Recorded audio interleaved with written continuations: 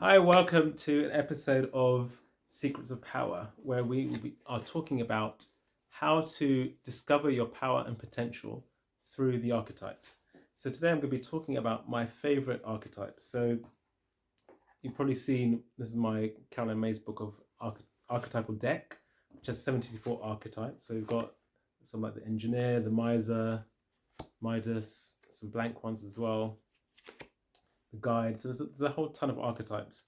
And when I work with people, I help people discover their archetypes. And what that does is helps you to understand your power and influence in the world. So it means power, influence, your potential, how you relate to other people, your interpersonal relationships, it covers a whole wide spectrum. So it's a bit like personality tests, but a much deeper and richer experience and descriptor as well. So I'm going to be talking about so when I work with clients, and some of you will obviously know, I get them to discover the archetypes that they have, such that they can basically use them and put them into play. So I'm going to be talking about my favorite archetypes here. So these are archetypes which, for me personally, have made a huge difference in my life, and they make a difference in other people's lives too. I've just dropped one. Cool. So the first two I'm going to be talking about are survival archetypes. So that means we all have these archetypes in common.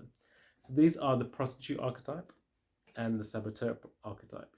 So when people see these archetypes, they generally run a mile because they're afraid of, like, the word prostitute. People think that they're going to be selling their bodies, which is not the case. Or saboteurs, like, no one wants to know that they're sabotaging themselves or other people. But herein lies their power, because when you can, so these archetypes have a negative connotation. So the prostitute is about selling oneself. Saboteur is about sabotaging. But this is in the shadow. So the archetypes have a light side and a shadow side. So these archetypes are named in the shadow. But when we understand the light side of them, then we actually understand the power that they have. So first is the prostitute. So let's talk about the prostitute archetype. So this is about what it means to live in integrity, to make money, to survive without selling out on yourself. So it's not about sex. Like, the biggest prostitutes are probably bankers or politicians who will sell out their mother in order for financial gain, in order for money. That's the prostitute in the shadow. And we often have to navigate that issue of integrity when it comes to what am I going to not say for the sake of my job or my income. And we all have that challenge. So there's no right or wrong about it, but it helps you understand where your integrity lies and how to empower yourself with your integrity. So also, one of the good things about the prostitute is the prostitute will tell you when you're underpaid. So this has been great for me in terms of whenever I felt like I'm not making enough money or I'm not being valued for the work that I'm doing. Often I'll get this sense from the prostitute archetype, like there's a sense of something's not right, something's not wrong. And then I'll have in my imagination or in dream work, I'll go and talk to my prostitute archetype and say, okay, what's going on? I feel upset. What's going on? And my prostitute will say, you should be making more money. Like, you're not making enough money here, or you're being exploited. Or, for example, in consulting, sometimes you have a client and then you have a scope creep where you're getting paid the same, but the amount of work you have to do slowly creeps. And generally the prostitute will come in and say, hang on, this is overstepping the mark. Like, this is what we agreed, and now I'm being asked to do more for the same amount of money. So the prostitute is great at that, great at helping you value yourself and make sure that you're not taken advantage of, and you use your talents in the right way, and use your talents in the way that bring in money and bring income, where you don't feel cheapened, dirty, or there's probably not the best words, but you feel like you're expressing and using your talents in a way that is in integrity with you, in a way that has you feel empowered. So people with really strong prostitutes in the light side are very confident in the work they do. They charge the amount of money they want to charge. They work the hours they want to work. They don't sell out on what's important to them. They really have a sense of trust and integrity. So that's the prostitute. That's one of my favorite ones. The next is the saboteur, and that's not the saboteur. Oh, now I mixed my cards up. So anyway, the saboteur archetype, here it is about alerting to yourself where you're sabotaging yourself. So we all self-sabotage at some level, sometimes, not all the times, but some of the times. And the saboteur comes in to alert you, to let you know, hey, This is what you're committed to. This is what is for your highest good. So a quick example, say you want to undergo a new health regime. So you're going to change your diet. You might, like for me, I might start juicing, or might start doing smoothies, or might do more exercise.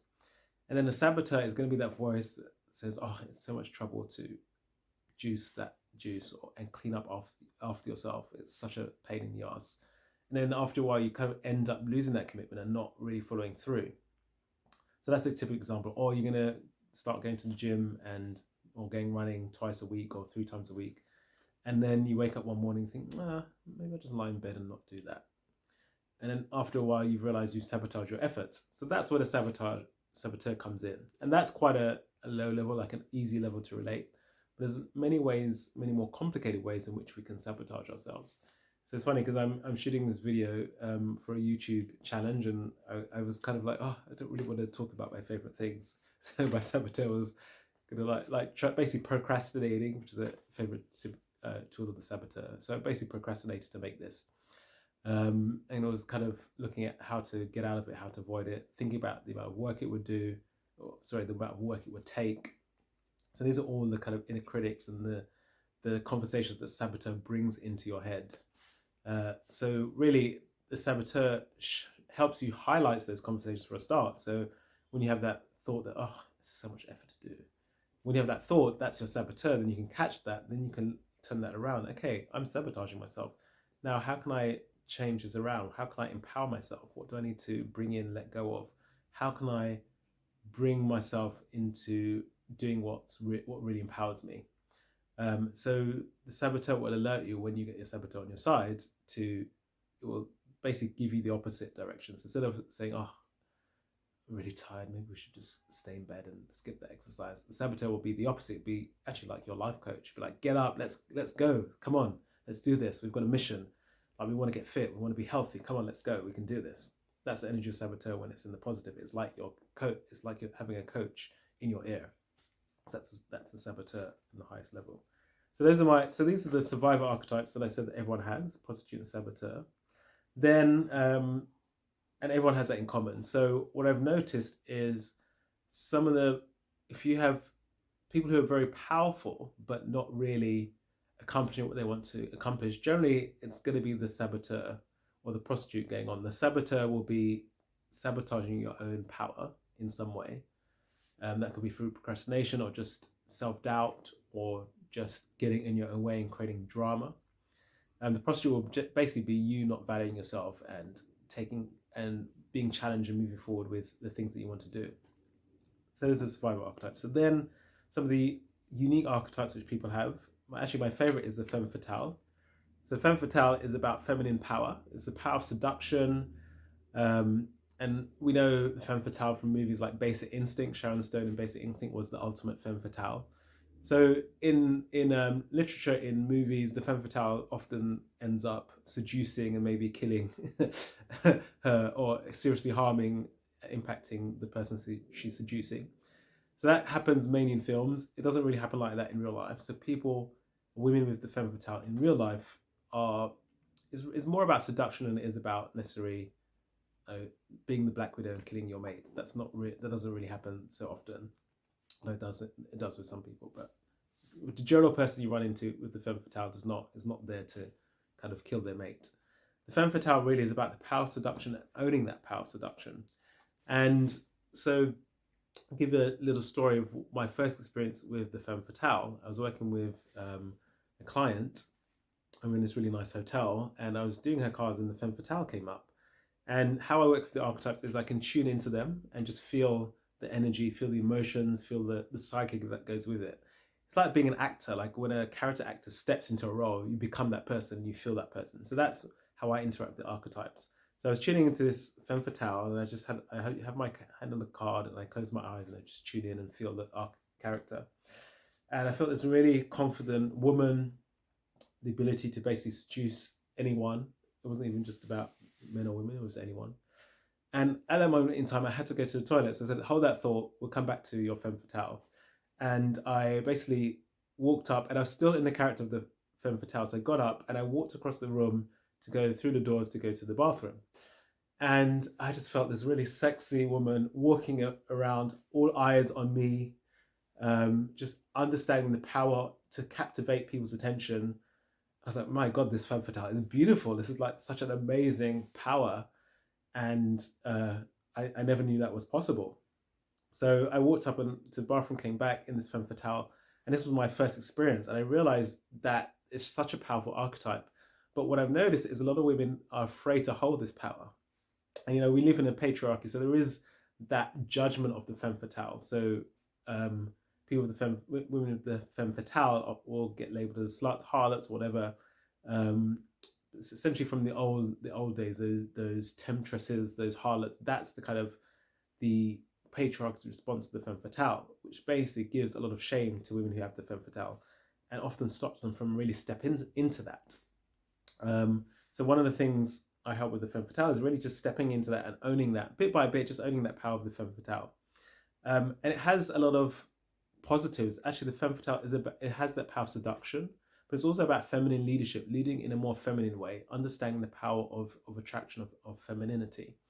So the femme fatale is not just about seducing men, it's actually just about owning feminine power. So a woman who has the femme fatale can also inspire other women to really understand their own power, their power of attraction, their power to seduce, and the power just to hold attention. And seduction isn't always negative. Like the shadow is seduction, using people for your own gains. But the light side of seduction is the ability to draw attention, and that can be for leadership, to empower in whatever you want to draw attention to. But it can awaken passions and excitement and things that have been buried dead in our psyche for a long period of time. So it has the power to bring that life force into people and just awaken you to whatever it is you're passionate about. So that's the power of the femme fatale. So that's one of my favorite ones. Similarly, and I don't want to mind what's going on, is the goddess archetype. So femme fatale could be one of the expressions of the goddess, but the goddess archetype also is an archetype which has many different facets, because there were many different Greek gods and goddesses, not just Greek, gods and goddesses from different pantheons, different religions, different cultures. So you've got, in terms of goddess, you've got your Greek goddesses, you've got the Egyptian ones, you've got the pagan ones, you've got the Norse ones. So you've got all of these different goddesses, and they all express something about the feminine power of life. So it could be Gaia, which is about the earth, Athena about wisdom, but the dynamic of the goddess is just a high power. So this is the goddess card. So it's a very high power. It's something beyond the norm. It's something supernatural. So the common way to see this is we often see it in celebrities, because if you look at the goddess is generally worshipped. So there's a great power to hold and capture the attention from thousands of people. So you see some of the great pop stars. Mariah Carey has the goddess. Whitney Houston had the goddess. Lots of pop stars have the goddess archetype, because it's that. If you look at symbolically, this woman on the stage with thousands and thousands of people. There is a symbiote. There is an energetic exchange. As in old days, we would call it worship. It may not be worship now, but there is that appreciation, maybe worship between the crowd and the goddess. The goddess is empowered by that worship, but they're also giving their talents to inspire and awaken something in the audience as well. So with music can be very inspiring, can bring in different emotions. So those are my favorite archetypes: prostitute, saboteur, femme fatale, and goddess. And where have I put these cards? Anyway, oh, there they are. So these are my favorite ones. And so I'll be talking about more archetypes as we go along. This was a special one for me, just about the favorite archetypes, but I'll be taking requests, actually. So if you've got an archetype that you'd like to know about, then do make a comment in the video, and I'll do a little special on that archetype as well. But the power of these archetypes are phenomenal. So yeah, I just wanted to share my excitement for my subject. Thank you very much.